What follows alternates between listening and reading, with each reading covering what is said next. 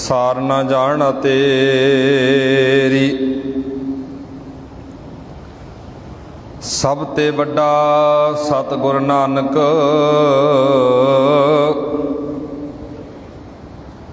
ਜਿਨ ਕਲ ਰਾਖੀ ਮੇਰੀ।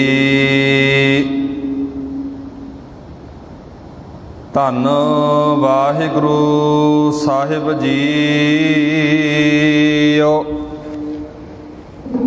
ਗੌੜੀ ਕਬੀਰ ਜੀ।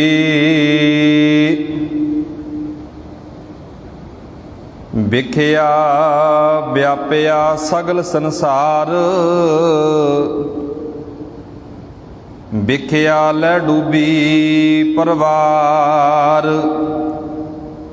ਰੇ ਨਰ ਨਾਭ ਚੌੜ ਕਤ ਬੇਬੋੜੀ, ਹਰ ਸਿਉ ਤੋੜ ਵਿਖਿਆ ਸੰਗ ਜੋੜੀ। ਰੇ ਨਰ ਨਾਭ ਚੌੜ ਕਤ ਬੋੜੀ, ਹਰ ਸਿਉ ਤੋੜ ਵਿਖਿਆ ਸੰਗ ਜੋੜੀ। ਰਹਾਉ ਸੁਰ ਨਰ ਦਾਦੇ ਲਾਗੀ ਆਗ, ਨਿਕਟ ਨੀਰ ਪਸ਼ ਪੀਬਸ ਝਾਗ। ਚੇਤਤ ਚੇਤਤ ਨਿਕਸਿਓ ਨੀਰ, ਸੋ ਜਲ ਨਿਰਮਲ ਕਥਤ ਕਬੀਰ। ਚੇਤਤ ਚੇਤਤ ਨਿਕਸਿਓ ਨੀਰ, ਸੋ ਨਰ ਸੋ ਜਲ ਨਿਰਮਲ ਕਥਤ ਕਬੀਰ। ਪਰਮ ਸਨਮਾਨਯੋਗ ਜੁਗੋ ਜੁਗ ਅਟਲ ਚਬਰ ਤਖਤ ਦੇ ਮਾਲਕ ਸਾਹਿਬ ਸਤਿਗੁਰੂ ਧੰਨ ਧੰਨ ਗੁਰੂ ਗ੍ਰੰਥ ਸਾਹਿਬ ਜੀ ਮਹਾਰਾਜ, ਤਿੰਨਾਂ ਦੀ ਹਜ਼ੂਰੀ ਅੰਦਰ ਜੁੜ ਮਿਲ ਬੈਠੇ ਅਤ ਸਤਿਕਾਰਯੋਗ ਸਨਮਾਨਯੋਗ ਸਤਸੰਗੀ ਜਨੋ, ਬਹੁਤ ਹੀ ਵਡਭਾਗਾ। ਵਾਹਿਗੁਰੂ ਜੀ ਕੀ ਫਤਿਹ। ਸਤਿਗੁਰੂ ਕਬੀਰ ਜੀ ਇਸ ਪਾਵਨ ਪਵਿੱਤਰ ਬਚਨ ਅੰਦਰ ਕਹਿ ਰਹੇ ਨੇ, ਸਮਝਾ ਰਹੇ ਨੇ। ਇਸ ਪਾਵਨ ਪਵਿੱਤਰ ਸ਼ਬਦ ਦਾ ਰਹਾਉ ਵਾਲਾ ਬੰਦ ਹੈ ਜੀ। ਅਬ ਕਹੋ ਰਾਮ, ਜਿਹੜਾ ਆਪਾਂ ਸ਼ਬਦ ਵਿਚਾਰ ਰਹੇ ਹਾਂ। ਰੇ ਨਰ ਨਾਭ ਚੌੜ ਕਤ ਬੋੜੀ, ਹਰ ਸਿਉ ਤੋੜ ਵਿਖਿਆ ਸੰਗ ਜੋੜੀ। ਸਤਿਗੁਰੂ ਕਬੀਰ ਜੀ ਇਸ ਪਾਵਨ ਪਵਿੱਤਰ ਰਹਾਉ ਵਾਲੇ ਬੰਦ ਅੰਦਰ ਜ਼ਿਕਰ ਕਰਦੇ ਨੇ। ਨਾਵ ਦਾ ਅਰਥ ਹੁੰਦਾ ਜੀ ਵੇੜੀ, ਜਿਹਨੂੰ ਆਪਾਂ ਕਿਸ਼ਤੀ ਕਹਿ ਦਿੰਦੇ ਹਾਂ। ਚੌੜ ਦਾ ਅਰਥ ਹੈ ਖੁੱਲੇ ਜਾਂ ਰੜੇ ਥਾਂ ਦੇ ਵਿੱਚ। ਸਤਿਗੁਰੂ ਕਬੀਰ ਜੀ ਇਸ ਪਾਵਨ ਪਵਿੱਤਰ ਸ਼ਬਦ ਅੰਦਰ ਇੱਕ ਕਿਸ਼ਤੀ ਦੀ ਉਦਾਹਰਨ ਦੇ ਕੇ, ਬੇੜੀ ਦੀ ਉਦਾਹਰਨ ਦੇ ਕੇ ਬਾਬਾ ਜੀ ਇੱਥੇ ਵਿਚਾਰ ਦੇ ਰਹੇ ਨੇ। ਇਹ ਮਨੁੱਖ, ਤੂੰ ਆਪਣੀ ਜ਼ਿੰਦਗੀ ਦੀ ਜਿਹੜੀ ਵੇੜੀ ਹੈ, ਕਿਉਂ ਰੜੇ ਥਾਂ ਤੇ ਡੋਬ ਲਈ ਹੈ? ਤੂੰ ਪ੍ਰਭੂ ਨਾਲੋਂ ਪ੍ਰੀਤ ਤੋੜ ਕੇ ਮਾਇਆ ਨਾਲ ਪਿਆਰ ਪਾ ਕੇ ਬੈਠਾ ਹੈ, ਕਬੀਰ ਜੀ ਕਹਿ ਰਹੇ ਨੇ। ਕਿਉਂਕਿ ਕਿਸ਼ਤੀ ਹੈ ਜਿਹੜੀ, ਵੇੜੀ ਹੈ ਜਿਹੜੀ, ਨਾਵ, ਉਹ ਹਮੇਸ਼ਾ ਪਾਣੀ ਦੇ ਵਿੱਚ ਚੱਲਦੀ ਹੈ। ਜੇ ਉਹਨੂੰ ਆਪਾਂ ਆਖਾਂਗੇ ਵੀ ਰੜੇ ਮੈਦਾਨ ਅੰਦਰ ਚੱਲੇ, ਕਬੀਰ ਜੀ ਕਹਿੰਦੇ ਨਹੀਂ ਚੱਲ ਸਕਦੀ। ਉਦਾਹਰਨ ਭਾਵੇਂ ਕਬੀਰ ਜੀ ਨੇ ਕਿਸ਼ਤੀ ਦੀ ਦਿੱਤੀ ਹੈ, ਪਰ ਕਬੀਰ ਜੀ ਇੱਥੇ ਜ਼ਿੰਦਗੀ ਦੀ ਬੇੜੀ ਦੀ ਗੱਲ ਕਰਦੇ ਨੇ। ਇਸ ਮਨੁੱਖਾ ਜੀਵਨ ਦੀ ਗੱਲ ਕਰਦੇ ਨੇ, ਇਸ ਸੋਹਣੇ ਸਰੀਰ ਦੀ ਗੱਲ ਕਰਦੇ ਨੇ। ਪਾਤਸ਼ਾਹ ਜੀ ਕਹਿੰਦੇ ਇਸ ਸਰੀਰ ਰੂਪੀ ਬੇੜੀ ਨੂੰ ਤੂੰ ਡੋਬ ਲੈਣਾ। ਬਾਬਾ ਕਬੀਰ ਜੀ ਕਹਿੰਦੇ ਜਦੋਂ ਮਨ ਵਿਕਾਰਾਂ ਦੇ ਵਿੱਚ ਡਿੱਗਦਾ ਹੈ, ਮਨ ਸੱਚ ਵਾਲਾ ਰਾਹ ਛੱਡ ਕੇ, ਗੁਰੂ ਵਾਲਾ ਮਾਰਗ ਛੱਡ ਕੇ ਹੋਰ ਰਾਹ ਤੇ ਤੁਰਦਾ ਹੈ, ਤਾਂ ਪਾਤਸ਼ਾਹ ਜੀ ਕਹਿੰਦੇ ਤੂੰ ਆਪਣੇ ਸਰੀਰ ਰੂਪੀ ਬੇੜੀ ਨੂੰ ਡੋਬ ਲੈਣਾ ਹੈ। ਜੇ ਬੇੜੀ ਪਾਣੀ ਅੰਦਰ ਚੱਲੇਗੀ ਕਦੇ ਨਹੀਂ ਡੁੱਬਦੀ, ਉਹਨੂੰ ਸਹੀ ਪਾਣੀ ਮਿਲੇਗਾ, ਸਹੀ ਦਿਸ਼ਾ ਮਿਲੇਗੀ। ਜਦੋਂ ਦਿਸ਼ਾ ਗਲਤ ਹੋ ਗਈ, ਦਿਸ਼ਾ ਉਲਟ ਹੋ ਗਈ, ਪਾਣੀ ਨਹੀਂ ਪੂਰਾ, ਫਿਰ ਡੁੱਬ ਜਾਂਦੀ ਹੈ। ਇੱਥੇ ਮਹਾਰਾਜ ਕਹਿੰਦੇ ਜਦੋਂ ਉਸ ਪ੍ਰਮਾਤਮਾ ਨਾਲ ਪ੍ਰੀਤ ਨਹੀਂ ਬਣੀ, ਪ੍ਰਮਾਤਮਾ ਨਾਲ ਪਿਆਰ ਨਹੀਂ ਬਣਿਆ, ਮੁਹੱਬਤ ਨਹੀਂ ਬਣੀ, ਇਸ ਸਰੀਰ ਰੂਪੀ ਬੇੜੀ ਵੀ ਅੱਧ ਵਿਚਕਾਰ ਡੁੱਬੇਗੀ, ਕਿਉਂਕਿ ਦਿਸ਼ਾ ਸਹੀ ਨਹੀਂ ਮਿਲੀ। ਮਨ ਵਿਕਾਰਾਂ ਦੇ ਵਿੱਚ ਗਲਤਾਨ ਹੈ, ਅੱਖਾਂ ਗਲਤਾਨ ਨੇ। ਸਤਿਗੁਰ ਕਬੀਰ ਜੀ ਸ਼ਬਦ ਦੇ ਪਹਿਲੇ ਬੰਦ ਅੰਦਰ ਜਿਹੜੀ ਆਪਾਂ ਨੂੰ ਵਿਚਾਰ ਦੇ ਰਹੇ ਨੇ ਜੀ, ਇਹ ਸਰੀਰ ਰੂਪੀ ਬੇੜੀ, ਇਹ ਸਰੀਰ ਬੰਦੇ ਦਾ ਕਿਉਂ ਡੁੱਬਦਾ, ਮਨ ਗਲਤ ਦਿਸ਼ਾ ਵੱਲ, ਗਲਤ ਥਾਂ ਤੇ ਕਿਉਂ ਟਿਕਦਾ, ਕਿਉਂ ਰਹਿੰਦਾ, ਇਹਦੇ ਬਾਰੇ ਪਾਤਸ਼ਾਹ ਜੀ ਕਬੀਰ ਜੀ ਕਹਿ ਰਹੇ ਨੇ, ਵਿਖਿਆ ਵਿਆਪਿਆ ਸਗਲ ਸੰਸਾਰ, ਵਿਖਿਆ ਲੈ ਡੂਬੀ ਪਰਵਾਰ। ਵਿਖਿਆ ਦਾ ਆਖਰੀ ਅਰਥ ਇੱਥੇ ਸਤਿਗੁਰ ਕਬੀਰ ਜੀ ਕਹਿ ਰਹੇ ਨੇ ਮਾਇਆ। ਇੱਕ ਵਿਖਿਆ ਦਾ ਅਰਥ ਜ਼ਹਿਰ ਵੀ ਹੁੰਦਾ ਜੀ, ਵਿਖਿਆ ਦਾ ਅਰਥ ਮਾਇਆ ਵੀ ਹੁੰਦਾ।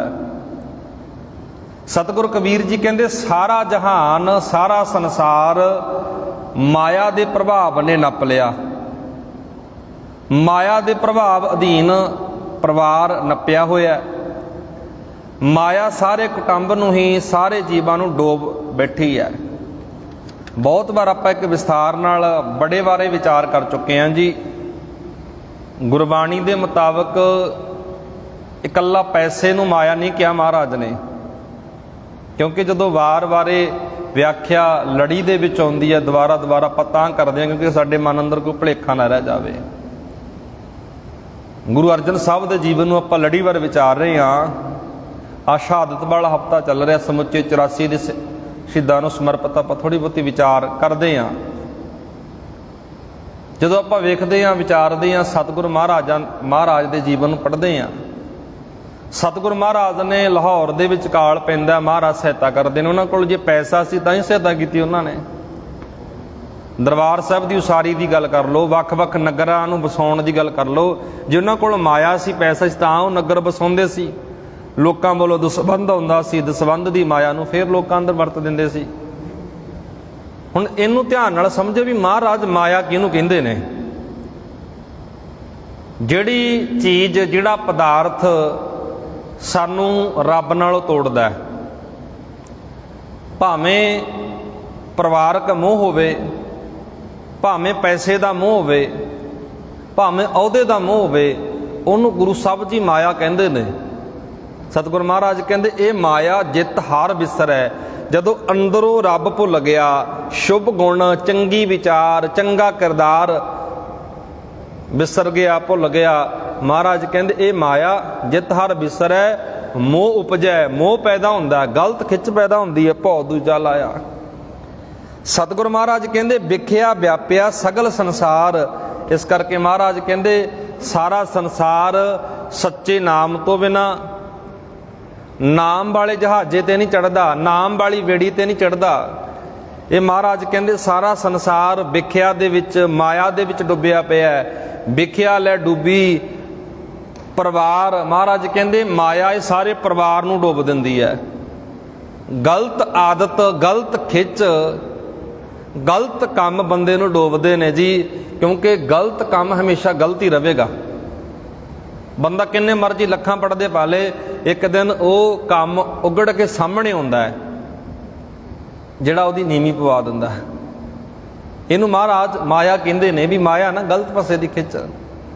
ਕਬੀਰ ਜੀ ਕਹਿ ਰਹੇ ਨੇ ਵਿਖਿਆ ਵਿਆਪਿਆ ਸਗਲ ਸੰਸਾਰ, ਵਿਖਿਆ ਲੈ ਡੂਬੀ ਪਰਿਵਾਰ।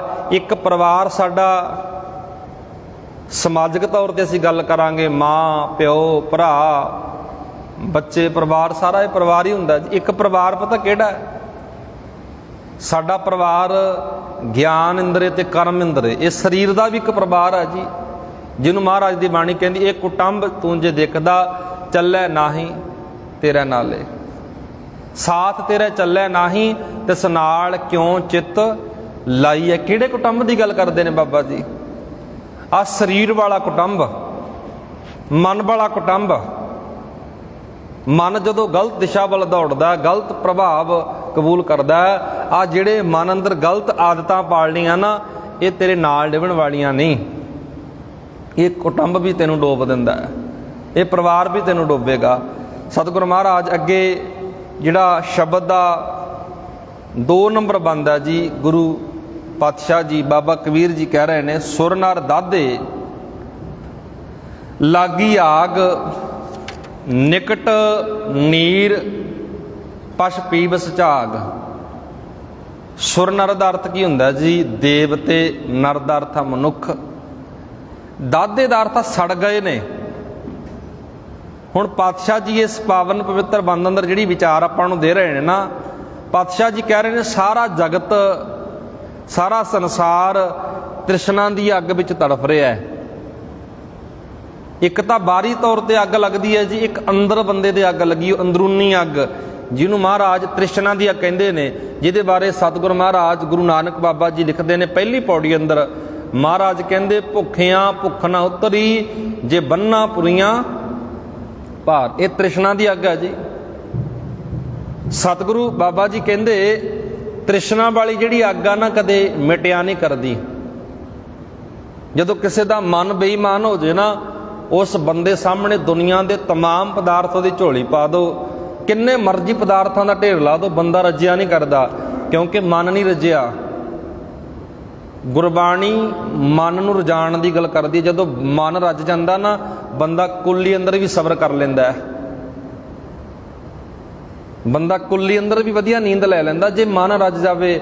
ਜੇ ਤ੍ਰਿਸ਼ਨਾ ਹਾਲੇ ਤੱਕ ਭਰੀ ਨਹੀਂ ਹੈ, ਤ੍ਰਿਸ਼ਨਾਲੂ ਬਿਰਤੀ ਹੈ, ਤ੍ਰਿਸ਼ਨਾਲੂ ਮਨ ਹੈ, ਇਸ ਕਰਕੇ ਸਤਿਗੁਰੂ ਮਹਾਰਾਜ ਨੂੰ ਲਿਖਣਾ ਪਿਆ ਇਸ ਪਾਵਨ ਪਵਿੱਤਰ ਬਚਨਾਂ ਅੰਦਰ। ਕਬੀਰ ਜੀ ਕਹਿ ਰਹੇ ਨੇ ਸੁਰ ਨਰ, ਬੜੇ ਬੜੇ ਦੇਵਤੇ ਵੀ, ਬੜੇ ਬੜੇ ਮਨੁੱਖ ਵੀ ਤ੍ਰਿਸ਼ਨਾ ਦੀ ਅੱਗ ਵਿੱਚ ਸੜ ਗਏ ਨੇ। ਆਪਣੇ ਆਪ ਨੂੰ ਦੇਵਤੇ ਕਹਾਉਣ ਵਾਲੇ ਵੀ ਸੜ ਗਏ। ਅੱਗੇ ਮਹਾਰਾਜ ਕਹਿ ਰਹੇ ਨੇ ਨਿਕਟ ਨੀਰ ਪਸ਼ ਪੀਬਸ ਝਾਗ। ਪਾਤਸ਼ਾਹ ਜੀ ਇੱਥੇ ਜਿਹੜਾ ਬਚਨ ਕਰ ਰਹੇ ਨੇ ਜੀ, ਪਾਤਸ਼ਾਹ ਜੀ ਇਸ ਪਾਵਨ ਪਵਿੱਤਰ ਬਚਨ ਅੰਦਰ ਕਹਿ ਰਹੇ ਨੇ, ਇਸ ਅੱਗ ਨੂੰ ਸ਼ਾਂਤ ਕਰਨ ਦੇ ਲਈ, ਤ੍ਰਿਸ਼ਨਾ ਦੀ ਅੱਗ ਬੁਝਾਉਣ ਵਾਸਤੇ ਪਾਤਸ਼ਾਹ ਜੀ ਕਹਿੰਦੇ ਨਾਮ ਰੂਪੀ ਪਾਣੀ ਵੀ ਨੇੜੇ ਨਹੀਂ ਹੈ, ਪਰ ਇਹ ਪਸ਼ੂ ਜੀਵ ਉਦਮ ਕਰਕੇ ਪੀਂਦਾ ਹੈ। ਮਹਾਰਾਜ ਕਹਿੰਦੇ ਤ੍ਰਿਸ਼ਨਾ ਵਿੱਚ ਪਸ਼ੂ ਆ ਨਾ, ਜਿਹੜਾ ਜੀਵ ਨੂੰ ਪਸ਼ੂ ਕਿਹਾ, ਮਨੁੱਖ ਨੂੰ ਪਸ਼ੂ ਕਿਹਾ, ਇਹਨੂੰ ਉਦਮ ਕਰਕੇ ਪੀ ਜਾਂਦਾ ਹੈ। ਤ੍ਰਿਸ਼ਨਾ ਨੂੰ ਬੁਝਾਉਣ ਵਾਸਤੇ ਕਿਹਦੀ ਲੋੜ ਪੈਂਦੀ ਹੈ?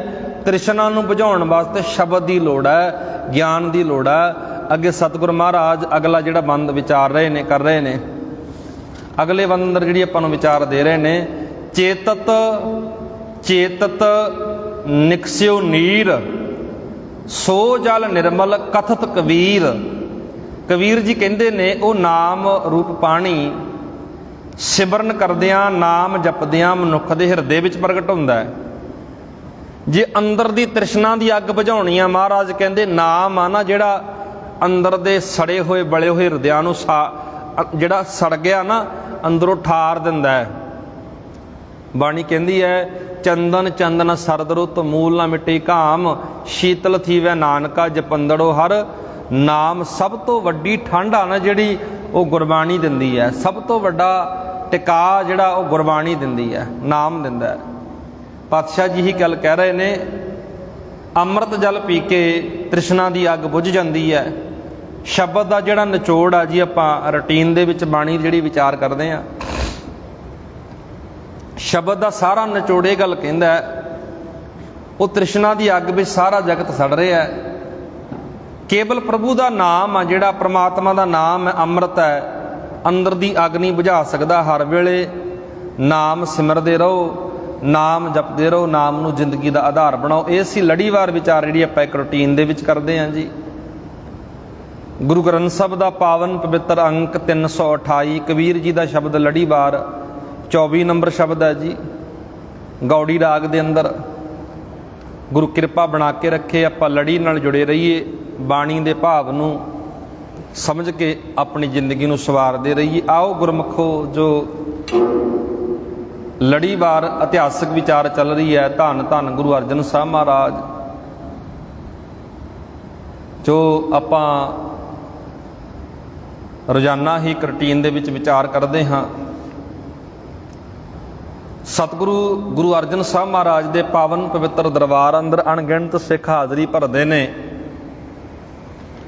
ਗੁਰੂ ਅਰਜਨ ਸਾਹਿਬ ਮਹਾਰਾਜ ਦੀਵਾਨ ਦੀ ਸਮਾਪਤੀ ਤੋਂ ਬਾਅਦ ਸੰਗਤਾਂ ਨਾਲ ਸਵਾਲ ਜਵਾਬ ਕਰਦੇ ਨੇ। ਸੰਗਤਾਂ ਦੇ ਕੋਈ ਸਵਾਲ ਨੇ, ਗੁਰੂ ਅਰਜਨ ਸਾਹਿਬ ਮਹਾਰਾਜ ਜਵਾਬ ਦਿੰਦੇ ਨੇ।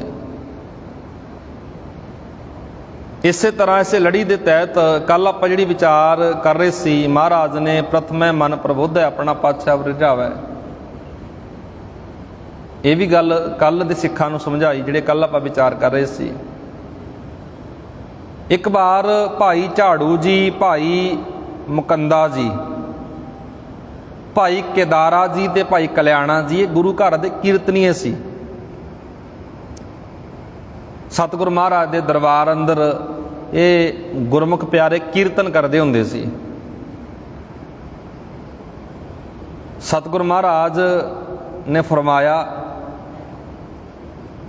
ਕੀਰਤਨ ਜੇ ਤੁਸੀਂ ਕਰਨਾ ਚਾਹੁੰਦੇ ਹੋ ਜਾਂ ਕਰ ਰਹੇ ਹੋ, ਤੁਸੀਂ ਹਮੇਸ਼ਾ ਕੀਰਤਨ ਰਾਗਾਂ ਦੇ ਵਿੱਚ ਕਰੋ। ਵੇਖੋ ਜੀ, ਗੁਰੂ ਗ੍ਰੰਥ ਸਾਹਿਬ ਦੇ ਵਿੱਚ 31 ਰਾਗ ਨੇ। ਗੁਰੂ ਗ੍ਰੰਥ ਸਾਹਿਬ ਦੇ ਵਿੱਚ 31 ਰਾਗ ਨੇ। 31 ਰਾਗਾਂ ਦੇ ਵਿੱਚ ਬਾਣੀ ਦਰਜ ਹੈ। 30 ਰਾਗਾਂ ਦੇ ਵਿੱਚ ਕੇਵਲ ਇਕੱਲੇ ਗੁਰੂ ਅਰਜਨ ਸਾਹਿਬ ਦੀ ਬਾਣੀ ਦਰਜ ਹੈ। ਗੁਰੂ ਸਾਹਿਬਾਨਾਂ ਦੇ ਵਿੱਚ ਸਭ ਤੋਂ ਵੱਧ ਜੇ ਕਿਸੇ ਗੁਰੂ ਪਾਤਸ਼ਾਹ ਜੀ ਨੇ ਬਾਣੀ ਉਚਾਰਨ ਕੀਤੀ, ਉਹਨੂੰ ਧੰਨ ਗੁਰੂ ਅਰਜਨ ਸਾਹਿਬ ਮਹਾਰਾਜ ਨੇ। ਸਭ ਤੋਂ ਵੱਧ ਗੁਰੂ ਗ੍ਰੰਥ ਸਾਹਿਬ ਦੇ ਵਿੱਚ 5ਵੀਂ ਪਾਤਸ਼ਾਹੀ ਦੀ ਬਾਣੀ ਦਰਜ ਹੈ ਜੀ। ਪਾਤਸ਼ਾਹ ਜੀ ਅੱਗੇ ਗੁਰਮੁਖ ਪਿਆਰੇ ਸਵਾਲ ਕਰਦੇ ਨੇ। ਮਹਾਰਾਜ ਸਤਿਗੁਰੂ ਮਹਾਰਾਜ ਕੀਰਤਨੀਆਂ ਨਾਲ ਸਵਾਲ ਜਵਾਬ ਕਰਦੇ ਨੇ। ਮਹਾਰਾਜ ਕਹਿੰਦੇ, ਗੁਰਬਾਣੀ ਰਾਗਨ ਮੈਂ ਗਾਓ, ਨਿੱਕੇ ਪ੍ਰਭੂ ਕੋ ਸੋ ਜਸ ਬਸਾਓ। ਪਾਤਸ਼ਾਹ ਜੀ ਕਹਿੰਦੇ, ਜਿਉਂ-ਜਿਉਂ ਰਾਗ ਵਿੱਚ ਬਾਣੀ ਗਾਵੋਗੇ ਪ੍ਰੇਮ ਵਧੇਗਾ। ਅੱਜ ਤਾਂ ਜੀ ਹਾਲਾਤ ਸਾਰਿਆਂ ਦੀ ਮੈਂ ਗੱਲ ਨਹੀਂ ਕਰਦਾ, ਸੂਝਵਾਨ ਸਾਡੀ ਕੌਮ ਅੰਦਰ ਰਾਗੀ ਵੀ ਨੇ, ਢਾਡੀ ਵੀ ਨੇ, ਪ੍ਰਚਾਰਕ ਵਿਦਵਾਨ ਸੱਜਣ ਵੀ ਨੇ, ਪਰ ਨਹੀਂ ਅੱਜ ਹਾਲਾਤ ਇੰਨੇ ਮਾੜੇ ਹੋ ਗਏ ਨੇ ਵੀ ਅਸੀਂ ਗੁਰਬਾਣੀ ਦੇ ਰਾਗਾਂ ਨੂੰ ਛੱਡ ਕੇ ਅਸੀਂ ਹੋਰ ਤਰਜ਼ਾਂ ਫੜ ਕੇ ਬੈਠੇ ਹਾਂ, ਹੋਰ ਤਰਜ਼ਾਂ ਦੇ ਵਿੱਚ ਗਾਣਾ ਸ਼ੁਰੂ ਕਰ ਦਿੱਤਾ। ਪਰ ਗੁਰੂ ਅਰਜਨ ਸਾਹਿਬ ਨੇ ਜਿਹੜੀ ਹਦਾਇਤ ਕੀਤੀ ਸੀ ਨਾ ਦਰਬਾਰ ਸਾਹਿਬ ਦੇ ਵਿੱਚ ਗੁਰੂ ਕੇ ਸਿੱਖਾਂ ਨੂੰ, ਗੁਰੂ ਕੇ ਪਿਆਰਿਆਂ ਨੂੰ, ਮਹਾਰਾਜ ਕਹਿੰਦੇ, ਭਾਈ ਗੁਰੂ ਗ੍ਰੰਥ ਸਾਹਿਬ ਦੀ ਬਾਣੀ ਰਾਗਾਂ ਦੇ ਵਿੱਚ ਲਿਖੀ ਹੋਈ ਹੈ ਤਾਂ ਉਹਨੂੰ ਰਾਗਾਂ ਦੇ ਵਿੱਚ ਹੀ ਗਾਉਣਾ ਹੈ। ਕੋਈ ਆਪਣੇ ਵੱਲੋਂ ਵਾਧੂ ਦੀ ਸੁਰਤਾਲ ਜਾਂ ਲੈ ਤਾਲ ਜਾਂ ਕੋਈ ਵੱਖਰੀ ਟਿਊਨ ਲਾ ਕੇ ਨਹੀਂ ਤੁਸੀਂ ਗਾ ਸਕਦੇ। ਸਿੱਖ ਰਹਿਤ ਮਰਿਆਦਾ ਅੰਦਰ ਵੀ ਇਹ ਗੱਲ ਅੰਕਿਤ ਕੀਤੀ ਹੋਈ ਹੈ ਜੀ, ਕਿਉਂਕਿ ਗੁਰੂ ਪਾਤਸ਼ਾਹ ਜੀ ਨੇ ਆਪ ਕਿੰਨੀ ਮਿਹਨਤ ਕੀਤੀ ਹੈ, ਕਿੰਨੀ ਮੁਸ਼ੱਕਤ ਕੀਤੀ ਹੈ। ਧੰਨ ਗੁਰੂ ਨਾਨਕ ਸਾਹਿਬ ਦੇ ਜੀਵਨ ਨੂੰ ਪੜ੍ਹ ਲਓ ਜੀ, ਸਾਰੀ ਜ਼ਿੰਦਗੀ ਉਹਨਾਂ ਨੇ ਬਾਣੀ ਦਾ ਪ੍ਰਚਾਰ ਕੀਤਾ ਹੈ। ਨਾਲ ਉਹਨਾਂ ਨੇ ਇੱਕ ਰਬਾਬੀ ਰੱਖਿਆ ਸੀ, ਭਾਈ ਮਰਦਾਨਾ ਜੀ, ਕਿਉਂਕਿ ਮਰਦਾਨੇ ਦੀ ਜਿਹੜੀ ਰਾਗ ਵਿਦਿਆ ਸੀ ਉਹ ਬੜੀ ਉੱਚੀ ਵਿਦਿਆ ਹੈ। ਰਾਗ ਵਿਦਿਆ, ਰਾਗਾਂ ਬਾਰੇ ਜਾਣਨਾ ਬਹੁਤ ਉੱਚੀ ਵਿਦਿਆ ਸੀ ਮਰਦਾਨਾ ਜੀ ਕੋਲ, ਤਾਂ ਕਰਕੇ ਸਤਿਗੁਰੂ ਮਹਾਰਾਜ ਦੇ ਨਾਲ ਕਿੰਨਾ ਲੰਮਾ ਸਮਾਂ ਉਹ ਬਤੀਤ ਕੀਤਾ ਹੈ। ਇਸੇ ਤਰ੍ਹਾਂ ਇਹ ਭਾਈ ਕੇਦਾਰਾ ਜੀ ਨੇ, ਜਿਹੜੇ ਭਾਈ ਝਾੜੂ ਜੀ, ਭਾਈ ਮੁਕੰਦਾ ਜੀ, ਭਾਈ ਕਲਿਆਣਾ ਜੀ, ਸਤਿਗੁਰੂ ਮਹਾਰਾਜ ਨੇ ਇਹਨਾਂ ਨੂੰ ਇਹ ਸਿੱਖਿਆ ਦਿੱਤੀ ਹੈ, ਵਿਚਾਰ ਦਿੱਤੀ ਹੈ ਕਿ ਭਾਈ ਜ਼ਿੰਦਗੀ ਵਿੱਚ ਹਮੇਸ਼ਾ ਬਾਣੀ ਨੂੰ ਜੇ ਗਾਣਾ ਨਾ ਰਾਗਾਂ ਦੇ ਵਿੱਚ ਗਾਉਣਾ ਹੈ। ਸਤਿਗੁਰੂ ਮਹਾਰਾਜ ਨੇ ਹਦਾਇਤ ਕੀਤੀ। ਇਹਨਾਂ ਗੁਰਮੁਖ ਪਿਆਰਿਆਂ ਨੇ ਗੁਰੂ ਦੇ ਬਚਨ ਨੂੰ ਸੁਣਿਆ, ਮੰਨਿਆ, ਕਮਾਇਆ। ਉਸ ਤੋਂ ਬਾਅਦ ਜੋ ਅੱਗੇ ਵਿਚਾਰ ਚੱਲਦੀ ਹੈ ਜੀ, ਗੁਰੂ ਅਰਜਨ ਸਾਹਿਬ ਦੀ ਬਾਣੀ ਬਾਰੇ ਆਪਾਂ ਗੱਲ ਕਰ ਰਹੇ ਸੀ। ਸਤਿਗੁਰੂ ਮਹਾਰਾਜ ਨੂੰ ਇੱਕ ਖਿਤਾਬ ਮਿਲਿਆ ਆਪਣੇ ਨਾਨੇ ਕੋਲੋਂ। ਗੁਰੂ ਅਰਜਨ ਸਾਹਿਬ ਮਹਾਰਾਜ ਨੇ ਸਭ ਤੋਂ ਵੱਧ ਸ਼ੋਭਤ ਸੰਗਤ ਜੇ ਗੱਲ ਕਰਾਂਗੇ ਮਾਣੀ ਹੈ, ਆਪਣੇ ਨਾਨਾ ਗੁਰੂ ਜੀ ਦੀ ਬਾਣੀ ਹੈ। ਗੁਰੂ ਅਰਜਨ ਸਾਹਿਬ ਦੇ ਪਿਤਾ ਨੇ ਜੀ ਧੰਨ ਗੁਰੂ ਰਾਮਦਾਸ ਮਹਾਰਾਜ, ਭਾਈ ਜੇਠਾ ਜੀ, ਚੌਥੇ ਗੁਰੂ। ਬੀਬੀ ਭਾਨੀ ਜੀ ਦੇ ਘਰ ਪੈਦਾ ਹੋਏ ਨੇ ਧੰਨ ਗੁਰੂ ਅਰਜਨ ਸਾਹਿਬ ਮਹਾਰਾਜ। ਬੀਬੀ ਭਾਨੀ ਜੀ ਇਹਨਾਂ ਦੇ ਮਾਤਾ ਜੀ ਨੇ। ਹੁਣ ਬੀਬੀ ਭਾਨੀ ਦੇ ਜਿਹੜੇ ਪਿਤਾ ਜੀ ਨੇ ਉਹ ਤੀਸਰੀ ਪਾਤਸ਼ਾਹੀ ਧੰਨ ਧੰਨ ਗੁਰੂ ਅਮਰਦਾਸ ਮਹਾਰਾਜ ਨੇ। ਤੁਸੀਂ ਵੇਖੋ, ਨਾਨੇ ਤੇ ਦੋਤੇ ਦੇ ਪਿਆਰ ਦੀ ਗੱਲ ਕਰੋਗੇ ਤੁਸੀਂ, ਤਵਾਰੀਖ ਗਵਾਹੀ ਭਰਦੀ ਆ, ਇਤਿਹਾਸ ਗਵਾਹੀ ਭਰਦਾ। ਨਾਨੇ ਤੇ ਦੋਤੇ ਦਾ ਜਿਹੜਾ ਪਿਆਰ ਹੈ ਨਾ, ਇਤਿਹਾਸ ਵਿੱਚੋਂ ਵੇਖਣ ਨੂੰ ਮਿਲਦਾ ਹੈ। ਗੁਰੂ ਅਰਜਨ ਸਾਹਿਬ ਮਹਾਰਾਜ ਦੋਤਰੇ ਨੇ ਤੀਸਰੇ ਪਾਤਸ਼ਾਹ ਦੇ, ਗੁਰੂ ਅਮਰਦਾਸ ਮਹਾਰਾਜ ਦੇ। ਕਿੰਨਾ ਉਹ ਬਾਣੀ ਨਾਲ ਜੁੜੇ ਹੋਏ ਨੇ ਛੋਟੀ ਉਮਰ ਦੇ ਵਿੱਚ ਹੀ। ਮਹਾਰਾਜ ਇਹ ਖਿਤਾਬ ਦਿੰਦੇ ਨੇ, ਬਾਣੀ ਕੇ ਬੋਹਿਤੇ ਦੋਤਾ ਬਾਣੀ ਕਾ ਬੋਹਿਤਾ। ਆਪਣੇ ਦੋਤੇ ਨੂੰ ਇਹ ਗੱਲ ਕਹਿੰਦੇ ਨੇ ਵੀ ਸਾਡੇ ਦੋਤੇ ਦਾ, ਧੰਨ ਗੁਰੂ ਅਮਰਦਾਸ ਮਹਾਰਾਜ ਕਹਿੰਦੇ ਨੇ, ਬਾਣੀ ਨਾਲ ਬਹੁਤ ਲਗਾਵ ਆ, ਬਾਣੀ ਨਾਲ ਬਹੁਤ ਪਿਆਰ ਹੈ ਉਹਨਾਂ ਨੇ। ਤਾਂ ਕਰਕੇ ਆਪਾਂ ਗੁਰੂ ਅਰਜਨ ਸਾਹਿਬ ਦੀ ਬਹੁਤ 30 ਰਾਗਾਂ ਦੇ ਵਿੱਚ ਬਾਣੀਆਂ ਜੀ, ਲੰਮੀਆਂ ਬਾਣੀਆਂ ਵੀ ਇਹਨਾਂ ਨੇ ਉਚਾਰਨ ਕੀਤੀਆਂ 30 ਰਾਗਾਂ ਦੇ ਵਿੱਚ, 6-12 ਲਿਖੀਆਂ। ਸੁਖਮਨੀ ਸਾਹਿਬ ਦੀ ਬਾਣੀ ਧੰਨ ਗੁਰੂ ਅਰਜਨ ਸਾਹਿਬ ਮਹਾਰਾਜ ਦੀ ਬਾਣੀ ਹੈ। ਹੋਰ ਤੁਸੀਂ ਅੱਗੇ 12ਵਾਂ ਮਾਝ ਦੀ ਗੱਲ ਕਰ ਲਓ, ਮਾਝ ਰਾਗ ਦੇ ਅੰਦਰ 12ਵਾਂ ਬਾਣੀ ਧੰਨ ਗੁਰੂ ਅਰਜਨ ਸਾਹਿਬ ਦੀ ਹੈ। 52 ਅੱਖਰੀ ਗਾਥਾ ਹੁਨੇ ਸੰਸਕ੍ਰਿਤ ਬਾਣੀ ਗੁਰੂ ਅਰਜਨ ਸਾਹਿਬ ਦੀ ਬਾਣੀ ਹੈ। ਬਹੁਤ ਕਮਾਲ ਦੀਆਂ ਸਤਿਗੁਰੂ ਮਹਾਰਾਜ ਨੇ ਬਾਣੀਆਂ ਉਚਾਰ ਕੀਤੀਆਂ, ਲਿਖੀਆਂ, ਦੁਨੀਆ ਅੰਦਰ ਸੰਸਾਰ ਅੰਦਰ ਪ੍ਰਚਾਰ ਕੀਤਾ। 30 ਰਾਗਾਂ ਦੇ ਅੰਦਰ ਸਤਿਗੁਰੂ ਗੁਰੂ ਅਰਜਨ ਸਾਹਿਬ ਮਹਾਰਾਜ ਦੀ ਬਾਣੀ ਦਰਜ ਹੈ ਜੀ। ਇਸ ਕਰਕੇ ਇਹਨਾਂ ਨੂੰ ਬਹੁਤ ਵੱਡਾ ਖਿਤਾਬ ਮਿਲਿਆ, ਦੋਤਾ ਬਾਣੀ ਕਾ ਬੋਹਿਤਾ। ਸਾਰੀ ਜ਼ਿੰਦਗੀ ਧੰਨ ਗੁਰੂ ਅਰਜਨ ਸਾਹਿਬ ਮਹਾਰਾਜ ਨੇ ਤਨ ਮਨ ਧਨ ਦੇ ਨਾਲ, ਸਮਰਪਿਤ ਭਾਵਨਾ ਦੇ ਨਾਲ ਸੇਵਾ ਕੀਤੀ ਹੈ ਲੋਕਾਂ ਦੀ। ਲਾਹੌਰ ਦੇ ਵਿੱਚ ਜਾ ਕਰਕੇ, ਮਾਝੇ ਦੁਆਬੇ ਵਿੱਚ ਸਿੱਖੀ ਦਾ ਪ੍ਰਚਾਰ ਕੀਤਾ ਹੈ। ਆਪਾਂ ਸੰਖੇਪ ਰੋਜ਼ਾਨਾ ਵਿਚਾਰ ਕਰਦੇ ਹਾਂ ਜੀ ਇਹਨਾਂ ਦੇ ਜੀਵਨ ਬਾਰੇ। ਸਭ ਤੋਂ ਵੱਡੀ ਜਿਹੜੀ ਦੇਣ ਹੈ ਜੀ ਧੰਨ ਗੁਰੂ ਅਰਜਨ ਸਾਹਿਬ ਮਹਾਰਾਜ ਦੀ, ਗੁਰੂ ਗ੍ਰੰਥ ਸਾਹਿਬ ਦੀ ਸੰਪਾਦਨਾ। ਆਪਾਂ ਪਿੱਛੇ ਸ਼ਹੀਦੀ ਦੇ ਕਾਰਨ ਬਾਚ ਰਹੇ ਸੀ, ਪੜ੍ਹ ਰਹੇ ਸੀ। ਜਿਹੜਾ ਆਹ ਦਿਨ ਚੱਲ ਰਿਹਾ ਜੀ 6 ਜੂਨ ਦਾ ਦਿਨ ਅੱਜ, ਇਹਨਾਂ ਦਿਨਾਂ ਦੇ ਵਿੱਚ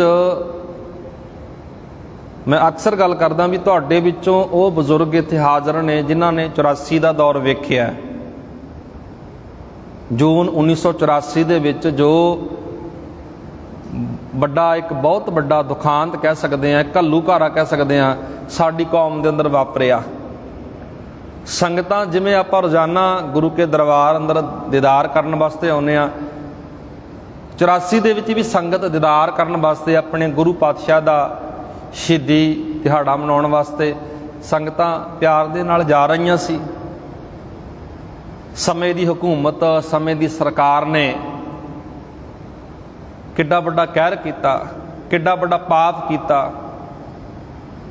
ਰਹਿੰਦੀ ਦੁਨੀਆ ਤੱਕ ਇਹਨਾਂ ਲੋਕਾਂ ਨੂੰ ਲਾਹਣਤਾਂ ਪੈਂਦੀਆਂ ਰਹਿਣਗੀਆਂ। ਮੈਂ ਅਕਸਰ ਬੇਨਤੀ ਕਰਦਾ ਹੁੰਦਾ ਜੀ, ਗੁਰੂ ਘਰ ਦੇ ਵਿੱਚ ਦੋਖੀ ਪੈਦਾ ਵੀ ਹੋਏ ਨੇ, ਗੁਰੂ ਘਰ ਦੇ ਅੰਦਰ ਸੇਵਾਦਾਰ ਉੱਚ ਅਹੁਦਿਆਂ ਵਾਲੇ ਜਿਹੜੇ ਪੈਦਾ ਹੋਏ ਨੇ।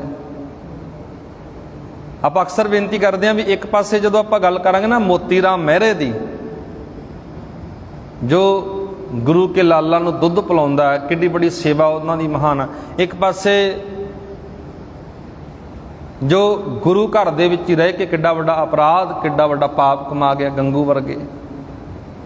ਇਸੇ ਤਰ੍ਹਾਂ ਜਦੋਂ ਅਸੀਂ 84 ਦੇ ਦੌਰ ਨੂੰ ਪੜ੍ਹਦੇ ਹਾਂ ਨਾ, ਅੱਜ ਵੀ ਉਹ ਦੌਰ ਚੇਤੇ ਆਉਂਦਾ ਹੈ ਜਦੋਂ ਪੜ੍ਹਾਂਗੇ, ਵਿਚਾਰਾਂਗੇ। ਨੌਜਵਾਨ ਜਿਹੜੀ ਪੀੜ੍ਹੀ ਹੈ, ਆਨੰਦਪੁਰ ਦੇ ਮਤੇ ਨੂੰ ਪੜ੍ਹ ਕੇ ਵੇਖੋ, ਬਾਬਾ ਜੀ ਦੀ ਜਿਹੜੀਆਂ ਮੰਗਾਂ ਸੀ, ਸਮੇਂ ਦੀ ਸਰਕਾਰ ਕਿਉਂ ਲੱਗਦੀ ਸੀ, ਕੀ ਕਾਰਨ ਬਣਿਆ। ਜੇ ਆਪਾਂ ਕਈ ਵਾਰ ਇਹ ਗੱਲ ਚੱਲਦੀ ਹੈ ਵੀ ਦਰਬਾਰ ਸਾਹਿਬ ਦੇ ਵਿੱਚ ਬਾਬਾ ਜਰਨੈਲ ਸਿੰਘ ਜੀ ਬੈਠੇ ਸੀ, ਉੱਥੇ ਅਟੈਕ ਕੀਤਾ ਗਿਆ, ਹਮਲਾ ਕੀਤਾ ਗਿਆ। 35-36 ਹੋਰ ਗੁਰਦੁਆਰੇ ਸੀ, ਉੱਥੇ ਤਾਂ ਬਾਬਾ ਜਰਨੈਲ ਸਿੰਘ ਬੈਠੇ ਨਹੀਂ ਸੀ ਨਾ।